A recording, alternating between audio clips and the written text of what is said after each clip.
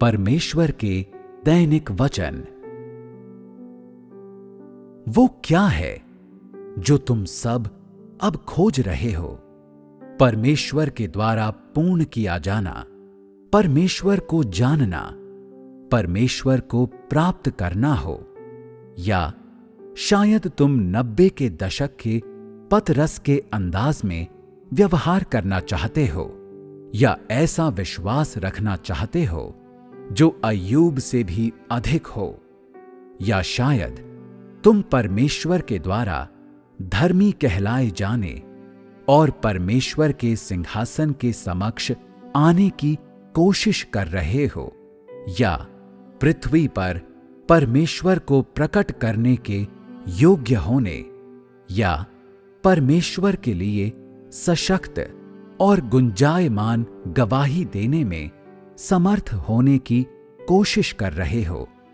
तुम लोग जिस भी बात के लिए प्रयास करते हो, कुल मिलाकर तुम्हारा प्रयास परमेश्वर द्वारा बचाए जाने के लिए ही है। इससे फर्क नहीं पड़ता है कि तुम धर्मी बनने की कोशिश करते हो, या तुम पतरस के अंदाज या अय्यूब के विश्वास या परमेश्वर के द्वारा पूर्ण बनाए जाने की कोशिश करते हो। वो सब वो कार्य है जो परमेश्वर मनुष्य पर करता है।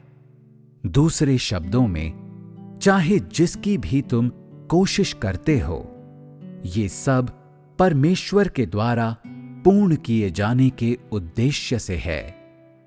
ये सब परमेश्वर के वचन को अनुभव करने, परमेश्वर के हृदय को संतुष्ट करने के उद्देश्य से है। तुम चाहे जो भी तलाशो, सब परमेश्वर की मनोरमता की खोज के लिए है। ये सब वास्तविक अनुभव में अभ्यास का पथ खोजने के लिए है और अपने विद्रोही स्वभाव को उतार फेंकने, अपने भीतर एक स्वाभाविक स्थिति को प्राप्त करने, पूर्ण रूप से परमेश्वर की इच्छा के अधीन होने के योग्य होने, एक सही व्यक्ति बनने, और जो कुछ तुम करते हो उसमें सही मंतव्य रखने के लक्ष्य से है। तुम्हारे द्वारा इन सब बातों को अनुभव करने का कारण परमेश्वर को जानने और जीवन के विकास को प्राप्त करने के लिए है। यद्यपि जो तुम अनुभव करते हो वो परमेश्वर का वचन है, जो तुम अनुभव करते हो वे वास्तविक घटनाएं हैं। साथ ही लोग विषय और आसपास की वस्तुएं हैं, लेकिन अंततः तुम परमेश्वर को जानने और परमेश्वर के द्वारा पूर्ण किए जाने के योग्य हो जाते हो। एक धर्मी जन के मार्ग पर चलने की कोशिश करना या परमेश्वर के वचनों को अभ्यास में लाने की कोशिश करना, ये दौड़ने के मार्ग हैं, जबकि परमेश्वर को जानना और परमेश्वर के द्वारा पूर्ण किया जाना मंजिल है। चाहे तुम परमेश्वर के द्वारा पूर्ण किए जाने या परमेश्वर के लिए गवाही देने की कोशिश करो, ये सब अंततः परमेश्वर को जानने के लिए है। ये इसलिए है कि जो कार्य वो तुम में करता है वो व्यर्थ ना हो, जिससे अंततः तुम परमेश्वर की वास्तविकता, उसकी महानता और इससे भी अधिक परमेश्वर की नम्रता और गोपनीयता जान जाओ, और तुम में उसके द्वारा बड़ी मात्रा में किए गए कार्य को जान जाओ। परमेश्वर ने इन अशुद्ध और भ्रष्ट लोगों में कार्य करने और इस समूह के लोगों को पूर्ण बनाने के लिए इस स्तर तक स्वयं को दीन किया है।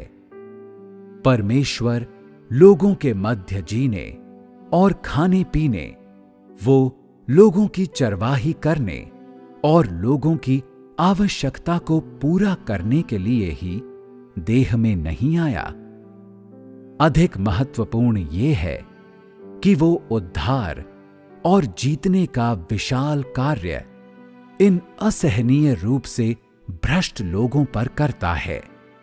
वो इन सब से अधिक भ्रष्ट लोगों को बचाने के लिए बड़े लाल अजगर के केंद्र में आया, जिससे सभी लोग परिवर्तित हो सकें और नए बनाए जा सकें। वो अत्यधिक कष्ट जो परमेश्वर सहन करता है, ये मात्र वो कष्ट नहीं है जो देहधारी परमेश्वर सहन करता है, परंतु मुख्यतः ये वो अत्यधिक निरादर है जो परमेश्वर का आत्मा सहन करता है। वो स्वयं को इतना अधिक दीन करता है और छिपाए रखता है कि वो एक साधारण व्यक्ति बन जाता है।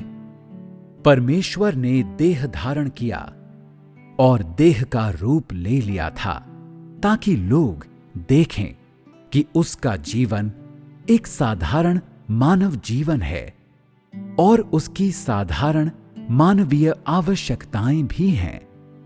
ये इस बात को प्रमाणित करने के लिए पर्याप्त है कि परमेश्वर ने स्वयं को हद से ज्यादा दीन किया है। परमेश्वर का आत्मा देह में साकार होता है। उसका आत्मा सर्वोच्च और महान है, परंतु फिर भी वो अपने आत्मा का कार्य करने के लिए एक सामान्य मानव, तुच्छ मनुष्य का रूप ले लेता है। तुम में से प्रत्येक व्यक्ति की क्षमता, अंतर्दृष्टि, समझ, मानवता और जीवन दर्शाते हैं कि तुम सब परमेश्वर के इस प्रकार के कार्य को स्वीकार करने के लिए वास्तव में अयोग्य हो। तुम सब परमेश्वर द्वारा तुम्हारे लिए इस कष्ट को सहन किए जाने के लिए वास्तव में अयोग्य हो। परमेश्वर अत्यधिक महान है। वो इतना सर्वोच्च है और लोग बहुत नीच हैं, फिर भी वो उन पर कार्य करता है। उसने न केवल इसलिए देह धारण किया कि लोगों की आवश्यकताओं को पूरा करे, लोगों से बात करे, अपितु वो लोगों के साथ रहता भी है। परमेश्वर इतना दीन और इतना प्रेम करने वाला है। जैसे ही परमेश्वर के प्रेम का उल्लेख किया जाता है, जैसे ही परमेश्वर के अनुग्रह का उल्लेख किया जाता है, वैसे ही यदि तुम उसकी अत्यधिक प्रशंसा करते हुए आंसू बहाते हो, यदि तुम इस स्थिति तक पहुंच जाते हो, तब तुम परमेश्वर का वास्तविक ज्ञान प्राप्त कर चुके हो।